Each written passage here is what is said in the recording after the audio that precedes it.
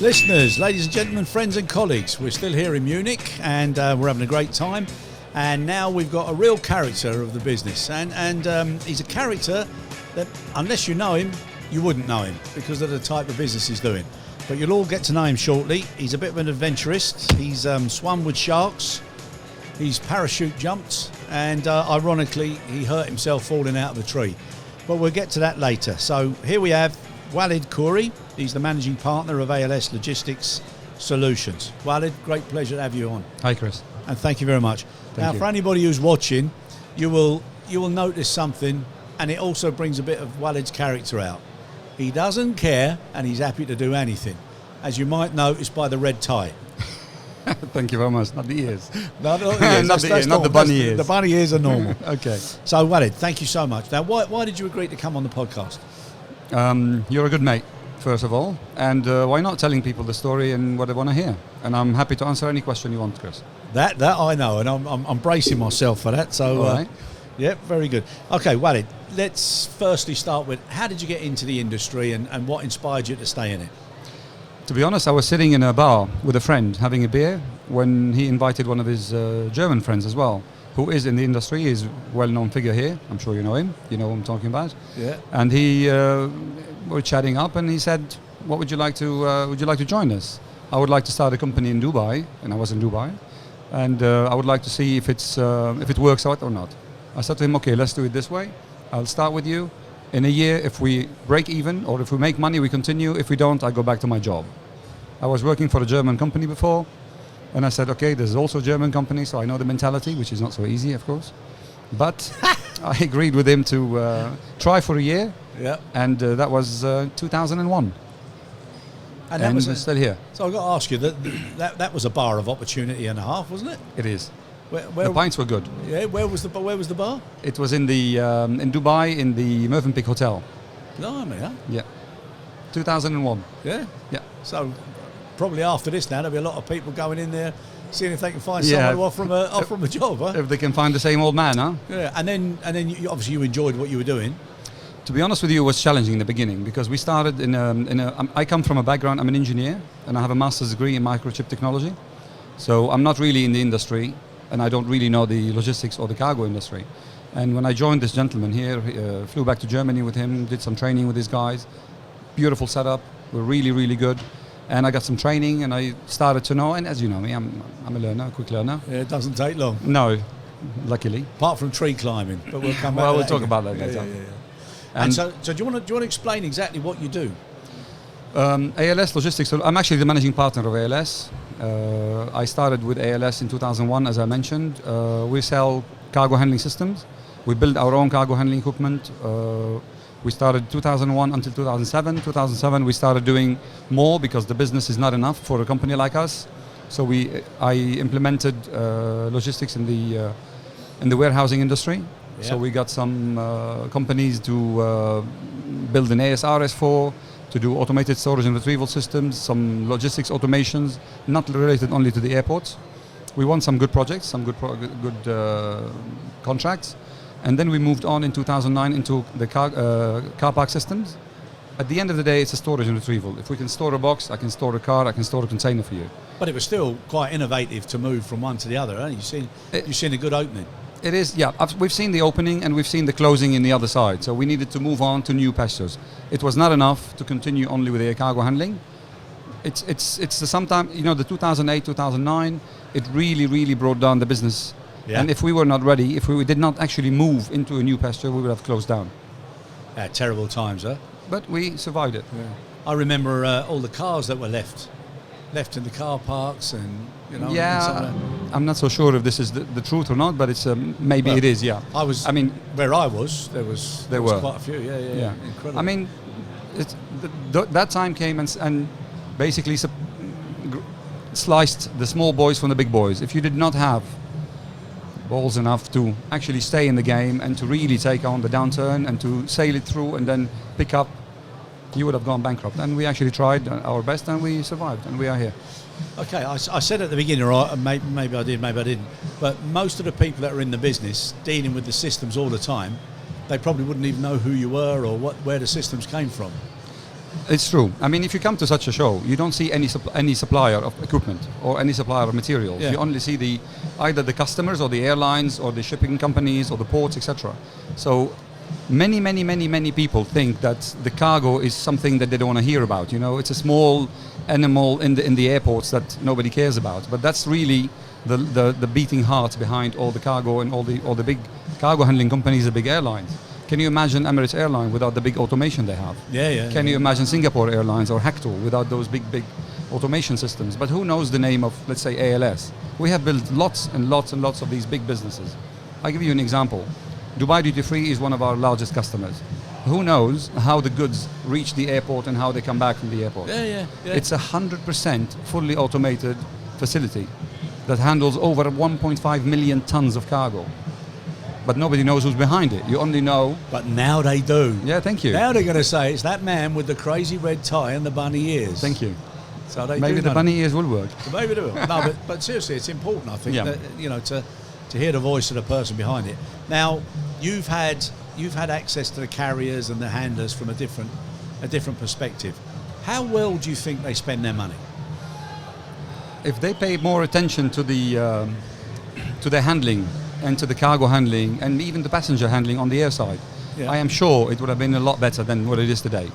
The money is spent mainly on passengers Yeah. in the terminals. You go to terminals and you see a lot of flashing things and really unimpressive, to be honest with you, at least to me or to my eyes. Things where they could have put it into the handling, into the airside, into the equipment, or into the people that actually handle that. They would have had much better result. The people who are traveling, they don't care if you have a palm in the airport or if you have a golden palm. Yeah. They want a smoking area, they want to buy their booze or their smokes, and they want to go to a lounge or not and then make it to the aircraft. So you're spending too much money on things that, in my opinion, are not so important in airports, and you're neglecting areas in the airside or in safety as well. I mean, we all see lots of viral videos that go on safety. Yeah, terrible. The problem with all these airlines or airports, they concentrate on the passenger handling and the passenger experience, where they could have at least taken some money into a proper handling for the airport and let alone the equipment on the personnel as well. And I think they should. So, talking about that and talking about airports, obviously you see as well on your travels the amount of containers and LD3s, AKs that need to be stored, and there's such a lack of storage everywhere. And such a big bad handling. Yes. Lots of airports you go to, the pallets are on the floor, handled by forklifts. They could have easily put in the proper stillages, the proper LED3 handling, the proper MTULD handling, and maybe take away some of the marble in the passenger terminal. Yeah. Interesting Sorry to option. say Yeah, yes. Yeah, interesting option. Now, as far as giving people advice, how often do you feel ethically that you should be saying, look, you know, you're going in the wrong direction here, and you don't need to do so much of this? I am not really liked in the business when I start talking, because I say what I think. I don't just tell you yes because I have to be polite only. I do try to be polite sometimes. But if somebody tells me we need to do this, there are lots of times that we walk away from a project. We tell the customer, sorry, we can't build this for you. Because? It doesn't work. It just doesn't work. Some people will come, they will build it for you, and they'll say, that's what you wanted. If it doesn't work, it's not my fault. We say no. If it doesn't work, we have to change it. We came into many projects. Most of the projects, we try to put in our input in it. We have 25 years of experience in this industry, myself only 19 years, and I really like to see things happening and to see things working. I don't like to give you a car if you have no driving license. Doesn't work, does it? Sorry about that. There's an interruption there. There's a little announcement again. They're looking for an overage grown bunny. It could be you. No, but you're right. And but sometimes when you look at the amount of equipment that's not being used, or it's had a little bit of adjustment, you know, when they're looking at the financial side or, you know, cost re-engineering, and you wonder who on earth gave them that advice. Now, what would be some of the biggest examples of waste that you've come across? Can I name the airport? I don't think so. Airports in the Middle East, you go there, you're either on a bus in the airside or you're driving with one of the handlers, and you see them investing in complete useless things that are not even useful. Or they have so many equipment that something only broken down in it, and they start scavenging one from the other. And if you really put in the proper maintenance system on it, you don't have to just make such an investment. But because they overlook parts, they just start keep buying and buying and buying, and then you have this, you walked in these airports and you've seen like the graveyard of equipment. Shocking graveyard of equipment, and that's really sad. Yeah, but we've been talking to some guys, some young lads, and they started their own second-hand GSE and refurbishment, and they've done exceptionally well. They do. There've been lots of sales in the Middle East. Qatar Airways also do it sometimes, and they sell some second-hand equipment that they don't use anymore. And some people pick it up and they do good money on it. Yeah, there's a big market for that. I mean, Africa is a big market for them. Yeah. Some of the Asian countries are a big market. No, definitely. Now, all right. So we know how you came in. Who sort of mentored you or coached you or gave you a big break, or who would you like to mention? That they really helped you along or gave you some sort of special guidance. I've had some good friends in the market, to be honest with you, especially in this industry. I've known, as an example, Ram Menon. I have huge respect for the guy. Fantastic guy. Never closes his door. He's always there, asking for an advice. He will always tell you, you want him to help. You want to help in introducing you to someone else. He wouldn't say no. The guy, hats off. Perfect. Yeah. You, Chris, I've known you for how many years now? 15 years? Long time, my friend. Yes. Long and time. any time I wanted some help, or even if you wanted some help with me, we've always been open. So there's lots of people who really, really help me. And there are lots of good people in the market, and there are lots of people who don't care, and they don't want friends, or they don't want to be open up. Yeah. And they think you're taking something away from them. But I've had really, really some good friends in the industry, and I'm really glad I joined this industry. It's actually fun. Yeah. Some people look at it from the outside and think it's boring. It's not. It is fun. It is good. And that's one of the things we're trying to do. We're trying to let any youngsters that are listening or people that are already in the business stay in the business. And if you hang on long enough, there's lots of great opportunities, provided you're determined enough and committed and engaged. So let me add one thing to our industry. Imagine that the half of the world are women, right? Half of the world's population are women. I'm just going to go along with this. I might not comment. Where are the women in our industry? Oh no, that we are. Not doing. so much. Not so much, but there's some great ladies here. I know. And we're trying. But I would like to see more. Yeah, we're trying to get some on, and we will do. We've got some lined up, but they're exceptional. Yeah, but we need more because they give us the spice to this industry. Yeah, but everybody thinks it's boring because everybody looks like me in a tie and a suit and rabbit ears. I don't mean they're exceptional. That there's only a few of them. The ones that you meet, they're exceptional. Yes, they're I so agree. Committed. They're so good. I agree. And it's a shame that there isn't more coming in. And we must do that. We have to. I met last year. The lady from Brussels Airport. She's fantastic. She's very young and she's doing her way. And you can see she has the guts to go there in this man's world and really be somebody. And we really need people like her. Yeah, no, exactly. And then you got Arla. Yeah. You've got Donata. They've got some great ladies working for them. But we need more. We need to spice up this business to make it actually look sexy. Yeah. It looks a little bit. We need something like Virgin Atlantic. Yeah. Well, you're doing your best to spice it up. With my ears. You're doing your best. Yeah. You're the real. Well, now you're the cargo bunny boy. Thank you, mate. That's really good. Now, mistakes. All good leaders make mistakes. The best ones make them often, but they learn from them, and then they do more with them, and they help people as a result. Any that you'd be willing to share with us? The biggest. I never am sorry for things I do. I always do things. If it's a mistake, I would live with it, and I never complain about it.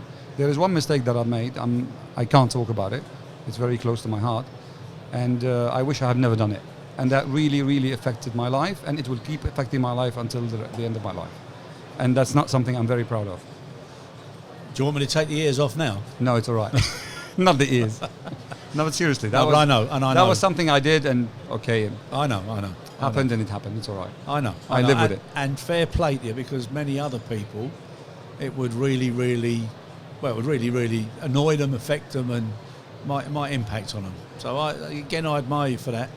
You're not somebody who looks back and wishes or regrets. So fair play to you. Such is life. It is indeed. It is indeed. Now, the shark diving. Tell us the story about the shark diving. Stupid story. Went with a friend of mine. We decided to go diving in the Red Sea, off the shore of Jeddah. I was actually working as a consultant for Al Watan newspaper. Oh yeah. And I was doing for them for 6 months. I was a consultant for all the MEP and ELV, electrical voltage. Yeah. And we decided to go diving, and we knew that this area is actually not enough, not safe for divers. So we sorry, I've got to stop you there. So why did you then still do it? Fun. I had no kids. I was married. I had no kids, and I thought, why not? I mean, I don't think the sharks are mean just because they're sharks. No, of course not. I mean, and see, the truth is, I'm sitting here. This is where you see subtitles that says, "Do not try this at home." Yeah, exactly. Well, we tried. I mean, we did not know how many sharks. What are the sharks?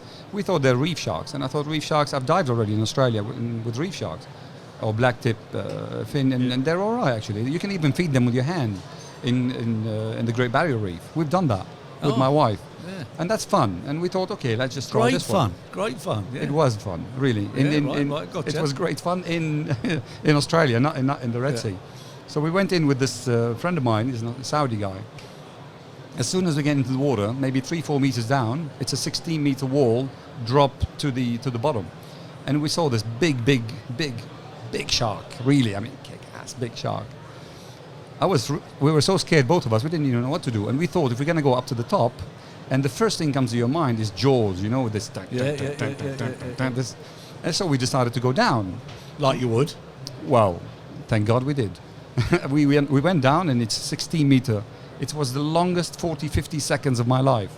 We went down between the rocks. So the shark came down with us, and he circled for about maybe 40 seconds. It wasn't a minute for sure. I think I used half of my oxygen bottle in this 40 seconds. And then we had to go out. We couldn't stay. We didn't even know if he's bringing his buddies for the meal or what the hell he's doing. So we actually literally shot all the way up and went back to the shore. After that, I decided, you know what? Let me get a shark tattoo, which I did. A shark tattoo? Yes. And before we get to the shark tattoo, whilst you were down there, I mean, do you now relive it back and think, oh my God, does it still frighten you? Or No. I'll do it again. You would do it again? Yeah. I did it again in South Africa. We went, but cage diving. Yeah. No, because I got a funny smell there, and I thought you were reliving the moment. No, not really, not yet. Yeah. Wait until we finish this interview. So the tattoo. Tell us about the tattoo. What happened there? Oh well, oh my God, that was. I don't know if my wife is hearing this, but I came back home with the. You know, when you do a new tattoo, you have to cover it up. Yes, unfortunately. So there you go. I went there and I started, taking my clothes off, and my wife said, "What the hell is that?" I said, "Oh, it's just a shark tattoo," and I told her the story, and she almost wanted to divorce me. We had the biggest fight of our complete history together, and she was really furious that I had a tattoo done. Just because of marking that wonderful body. Wow.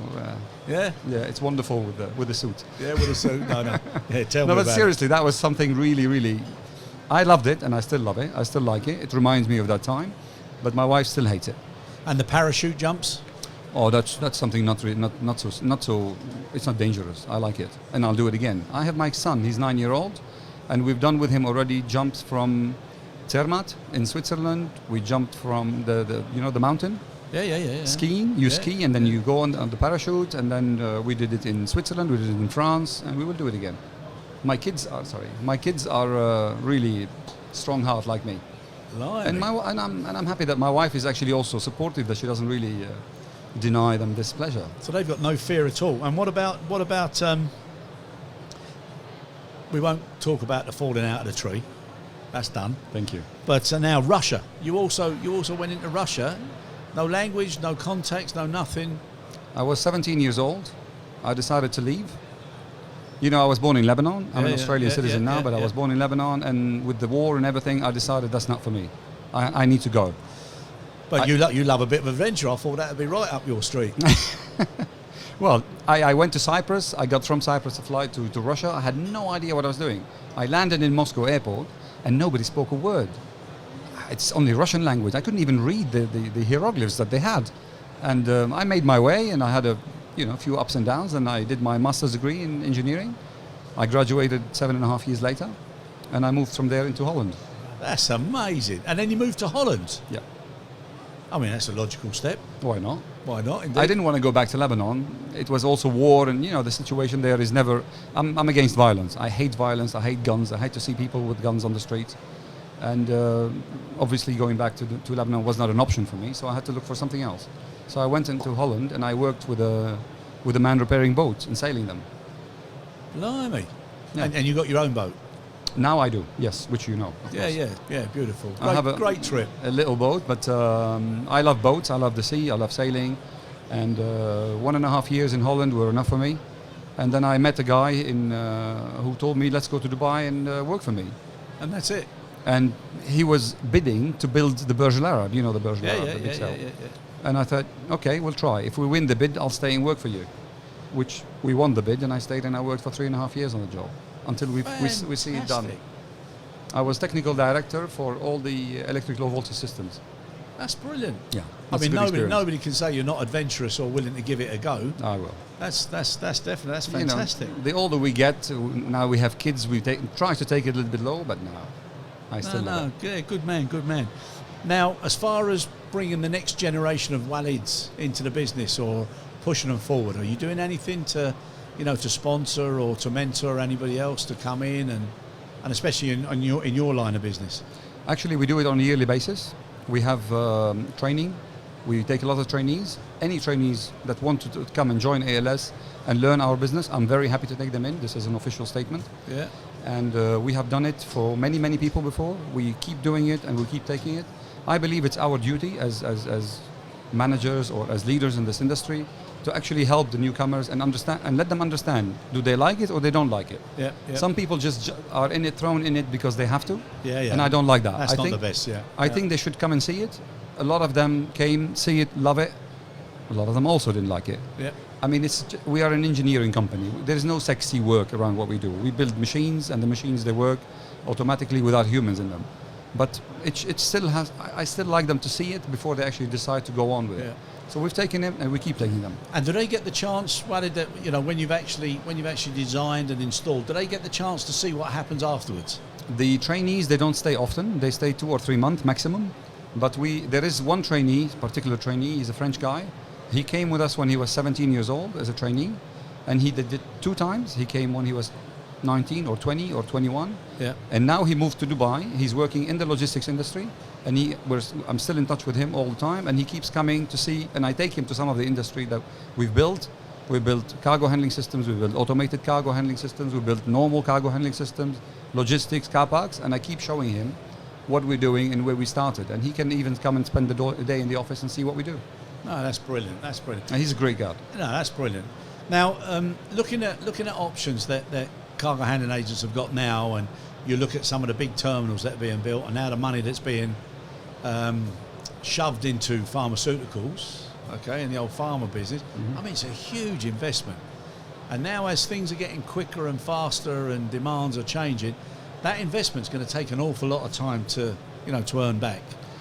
So when you go to certain areas and areas that we've worked in, where there's a lower labour cost, and you're faced with somebody who thinks that they're going to be all singing, all dancing, robots going everywhere, doing all the work, how do you balance that one out with the realities? In our industry, not a lot of automation actually is. In the air cargo handling industry, the same thing you can see over and over and over again. Everybody's just copying and pasting from each other. I do something new, everybody copies it. Somebody does something new, I'm happy to say it online, everybody copies that. So if you compare our industry, which is the air cargo handling industry, with the logistics industry or the pharmaceutical industry, we're a million years behind them. We're really far behind. Yeah. We are now building a big pharmaceutical warehouse in Saudi Arabia. It's 120,000 square meters of fully automated logistics for pharmaceuticals. Dawa, is it? Dawa? Al Dawa, yes. Al Dawa, yeah. And these gentlemen, they were really, they're really leaders. And they said they understood why they should automate. They understood, because when you're handling cargo, you don't really need to automate it all. You can still touch it with your hands. Exactly. But when you're handling pharma product, sensitive product, you need to automate. You need to get away from the manpower. You need to get away from the hygienes. You need to be very hygienic. You need to be very fast. And you need to be very secure. Remember, in a cargo handling industry, if the thing sits on the shelf for a day or 2 or a month, it's not really the end of the world. But in a pharma, it makes a big difference. Yeah. Some of the pharma products, let's say for chemotherapy, they cost thousands and thousands of dollars. You can't have it one day on the shelves. You can't have it expiry date. You have to be sure everything is 100% really looked after in a proper way. Yeah. So the pharma industry, you said if it's overpriced or maybe overpriced or over invested in. Some of them, yes. So you go to some terminals and you think, you crazy people. I don't know who sold you that. But that's what I'm saying, because they're building it as if they're going to be the ones who are storing it and then deliver, and they're not. The objective is get it in, get it out as quick as possible. Exactly. Yeah. So it's part of the supply chain process from the aircraft all the way through, which makes more sense and faster clearance than having exhaustive facilities. Yeah, but you see the shocking handling of pharmaceutical in these airports, in many airports, and you know that. So they should put money there. They should put money in handling pharmaceuticals in airports. Yes. Lots of people and lots of companies, and I'm not going to name anyone here, tell you, oh, we have a pharma. Like, they have no pharma. It's a cold room. So they should put the money there. They should not put the money into only in the warehouse where the supplier produces. They should put the money in the whole supply chain. Yes. No, I agree with you there, and people have got to start realising. I think it's one of the lessons that's good for the business, because it's making people do what's right, because that's what the industry demands. And the pharma community is relatively small, and if you screw up, they're very, very quick to let everybody know how bad you were. So it's something that's I think it's a really good discipline. We had a gentleman on from Thermo Fisher. Mm-hmm. They do clinical trials and they do all sorts. And if anybody gets the chance and you want a little bit of a tear jerk, you go on and watch some of those videos. Now, all of their staff know exactly what the medications are, what the names, everything, what they do. Okay. And as a result, the way they treat and the way they handle inside the facility is second to none. It's incredible. Because unfortunately, everybody knows somebody who suffered or has suffered or is suffering, from one of those terrible diseases. So it's and handling them in the right way is very, very important. It's very important. The thing we're building in Saudi now, it has automatic picking of any order. It's all sent into a special conveyor. It's all packed into a small box to go to the right pharmacy. It's really, really necessary to automate it. And it's nearly finished, is it? No, we started construction now. Yeah. So when will that be done? Next year. Okay. Yeah. Okay, maybe next time I'm there, if you're there, I will send. Give me a shot. I'd love to go and have a look. Yeah, it's in the south of Riyadh. Yeah. And I mean, hats off to Al Dawa. They're really, really good and very, very innovative people. Yeah. And they really want the latest technology. I'm going with them actually, with their management next week in Spain, to show them some system installed in Spain, Barcelona, Zaragoza, Bilbao, how the big pharma companies there are actually also handling. They want to learn. They are eager to learn and to implement what the world has already is using to bring it back home, which is really something very, very impressive. Yeah, no, that's good. That's brilliant. And Zaragoza, whereabouts is it? In Zaragoza. Zaragoza is about an hour. It's about 2 hours by train from Barcelona. No, I know where it is, but whereabouts there is the pharma unit? It's a big warehouse called Novaltia. And we are meeting the managing director, who's going to show us the whole facility, explain to us the whole thing. The good man has taken the whole day to spend it with us and with my customers and explain to them the whole process from A to Z. Oh, that's fantastic. But that's the way it should be, huh? Why not? Yeah. This is talking back again about helping. Yeah, exactly. He's done something really, he's done a great job in that facility. And he's not trying to protect it, hide it, let anyone. I think that's very good. Yeah, and that's one of the problems I see in the industry. So we're talking about e-commerce with a few of the people. Yeah. And I'm just flabbergasted that so many people don't know what to do with it, don't even know what it really is. And instead of getting a group of people to collaborate all the way through the supply chain and give a really, really good alternative, I don't understand why they don't do that. Well, Amazon is doing it now. They're doing their own. No, but that's their own. I'm talking about what we do. Okay, so like a 3PL. Yeah, exactly. Yeah. So, to get everybody through. I've walked in many of these airports where they say, oh, we handle e-commerce. They handle mail, not e-commerce. Yeah, that's really e-commerce. They're just handling like a mail. They're handling packages and mail. There's not really e-commerce. E-commerce should be very effective, very fast. You have to accept the goods. You have to accept the returns. You have to report on a second what you have, what you're doing, how you're packing, the volume, the weight, everything, the waste. They don't do it. Yeah, no. They're handling mail. It's a big, it's a big transition, big change for people. Now, Walid, one of the things I want to ask you now, all the things that you're doing, you're very, very active. You're very, very, you're fearless. Now, if I was to ask your wife, what would she like to change about Walid? What would it be? This? Not the ears. She'd love them. You're going to be permanently with a set of them at home, mate. My wife Cherie would like, maybe she would want more time with me. Unfortunately, I'm traveling a lot, but also fortunately for the business, because in the area where I'm based, the business has gone down. There is business, but it's not really picking up big. So I have to actually diversify and I have to fly and get some business from outside. Yeah. And that's taking a lot of time from my family. So maybe my wife would like to spend some more time, and maybe some more time on the boat, some more time together. Everybody says that. I think all of us who are in the same boat, we're almost like having dog years in reverse. We've been married a long time, but we actually haven't been together for as long as those married years. Maybe that's keeping the marriage together. Maybe that's a good bit of Maybe advice for it's a everybody. great If you thing. want a nice, long, successful marriage, work away. Exactly. No, I wouldn't say that. But I would like to spend more time with the family. Yeah, but unfortunately, the time is not really on our hand. Yeah.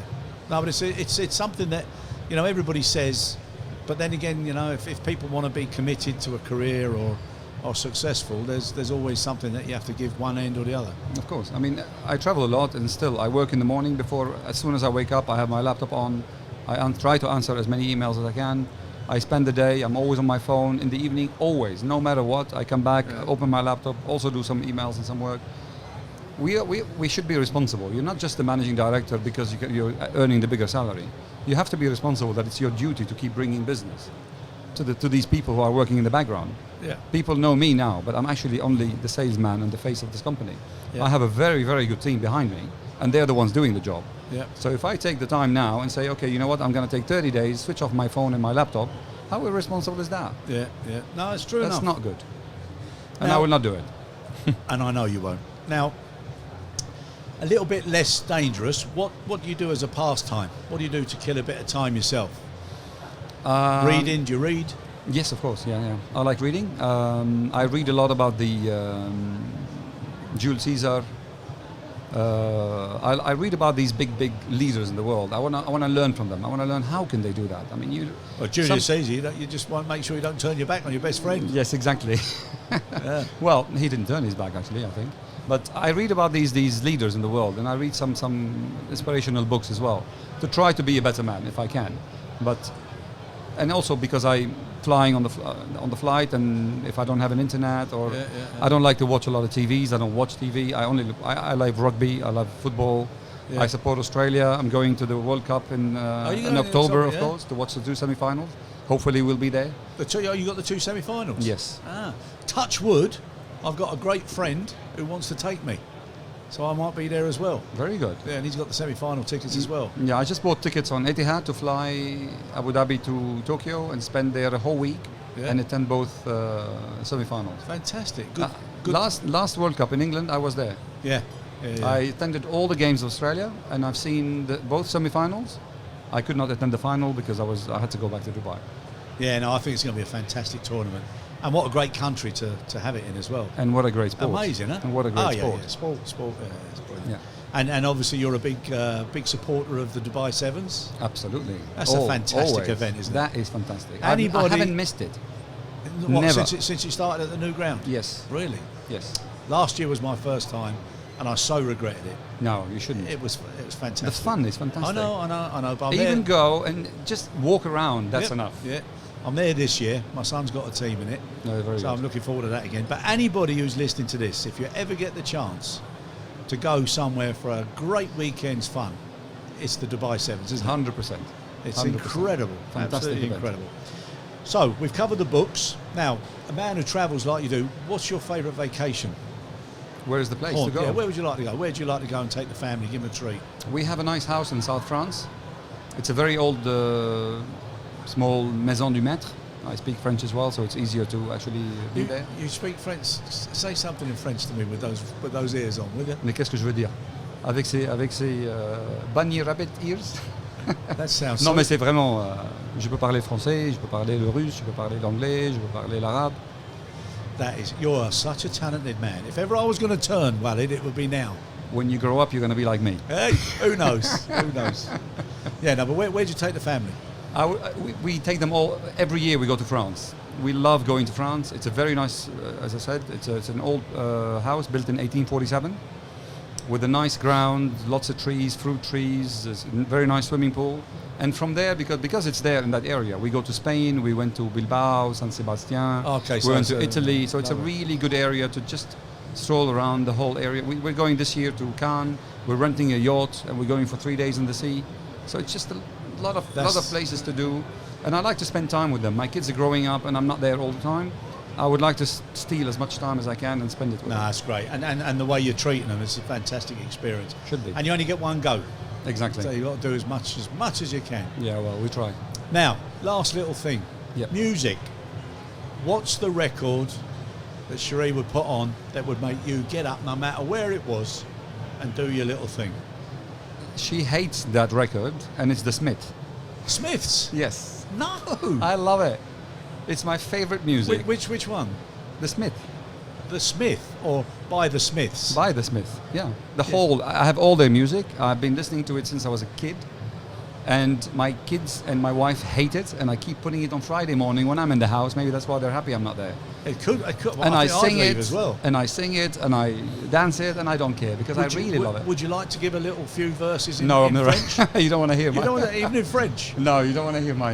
You don't want to hear my, No? my singing. You sure? Actually, to speak of something also nobody knows about me, I was singing with the Dubai Singers opera in Dubai for the first 2 years when I lived there. When I moved to Dubai, my wife is a musician, she's a professional musician, and I joined her with one of the rehearsals, and they were singing with the Dubai Singers opera as a bass. Are you singer. saying opera or Oprah as in Winfrey? Not Winfrey, opera. Opera. Go on then. Now you've got to give us a bit of that in French. No. Come Definitely on. not. No. How can you not if you've got a Seriously. voice like that? No, this was ages ago. I was That's young right, go and on. beautiful. Just give them a little bit of a grab and let's have a listen. Go on. No. Later. Come on. No, maybe later. Not on. Just not on something. record. And then the people walking People will past think, won't know what what's this going crazy on. man he has And then you inside. poke your head out with the ears on. Hello. No, brilliant. Now, what's ahead for you? What do you see in the next 5 years? We are opening now an office in India. We just bought a company in Slovenia, which is a really, really good engineering company. Yeah. It's one of the best engineers that I've met in Europe are actually in Slovenia. Yeah. And we're looking to open a company in Saudi. It's not so easy, as you know, but we want to open a company in Saudi because business for us picked up big time there, and we want to also be available in the kingdom. So for me, these three ventures, one is already almost done. The two other ventures, I'm working on them, and I want to make the business a little bit bigger. So maybe one day I can actually retire, if it's possible. I don't think you will. Be honest. Why You'll not? always want to do something, huh? Yes. Yeah. That's something that's people keep saying to me. I don't know whether it's because I'm all of a sudden looking really old, but I say, when are you going to retire? But why? Why should we retire? Why? Yeah. If you I enjoy like what I'm if doing. you enjoy I what love you what do. I'm- yeah. And I don't work for anybody. I don't have to report, okay, maybe to my shareholders, but they're easy to report to. But I don't work for anybody, and I love what I'm doing. And if I wake up in the morning at 3 o'clock to answer my phone, it's okay. It doesn't disturb me. I love it. Yeah. Why not? What I'm thinking now is, have we taken a picture? We've got a picture of him, yeah. Oh, come on. I know, but This is gonna stay. I've seen you in so many situations, and now that I've got you like With that, the ears. I'm loving it. Yeah, it's absolutely superb. And fair play to you for wearing them. Right, I said at the beginning that what we tried to do is there was a biography. What would the title of the book be? So what I've written down for you is The Bar of Opportunity and the Shark Tattoo. So that is Bar the of opportunity. that's the You have to put the word bar, right? yeah. But that's how you got in. Yeah, So gotcha. that one now I think would be a bestseller. I would definitely open it up to see what was inside of it. I've got lots of stories in my life to put it in that book, mate. I'm sure you do. And I'm I've done sure lots you of do. stupid things. Yeah, and that's the best thing. That's the best way to live life. Absolutely. It's always better to look back on memories than look back on Yeah. doing everything perfectly. Huh? I must say I'm living the life to the full extreme. And- Even and- after the accident in my leg, I'm still doing everything I can. Yeah. No, it's always better to do that. And I think it's always, and again, something. It's always easier to say I'm sorry than can I? No, but it's okay. You broke your foot. It's finished. No, I'm Move not talking on. about. I'm not talking about the foot. What? I'm talking about in general. In general, Just go for it. Do it. Bang. Oh man, Bang. full on. Very good. Right. Walid, absolute pleasure having you on. Thank you, really, mate. really appreciate it. And just to finish now, if anybody wanted to get hold of you, not your personal email address, but any way of contacting you, how would they do so? info@als.aero. Info at als.aero .aero. AERO. /ears. Bunny. Yes. Can I keep them? I think. No, I don't know. No, I'm gonna let them go. Listen, what we're also doing is we're doing a calendar. Okay. All the people that we've had on, we're going to try and get volunteers to do a charity calendar. My God. So you know what you'll be wearing. Chip and Dale. You'll be wearing just those bunny ears, mate. Yeah. We'll put you down gonna July really, or August with the tattoo. Exactly. Yeah. Thank you very much. The tattoo. Thanks, Chris. Absolute pleasure. Enjoy the rest Always of the show. pleasure to see you, mate. And we'll Thank see you you. soon. Bye-bye. Cheers. Bye. Bye.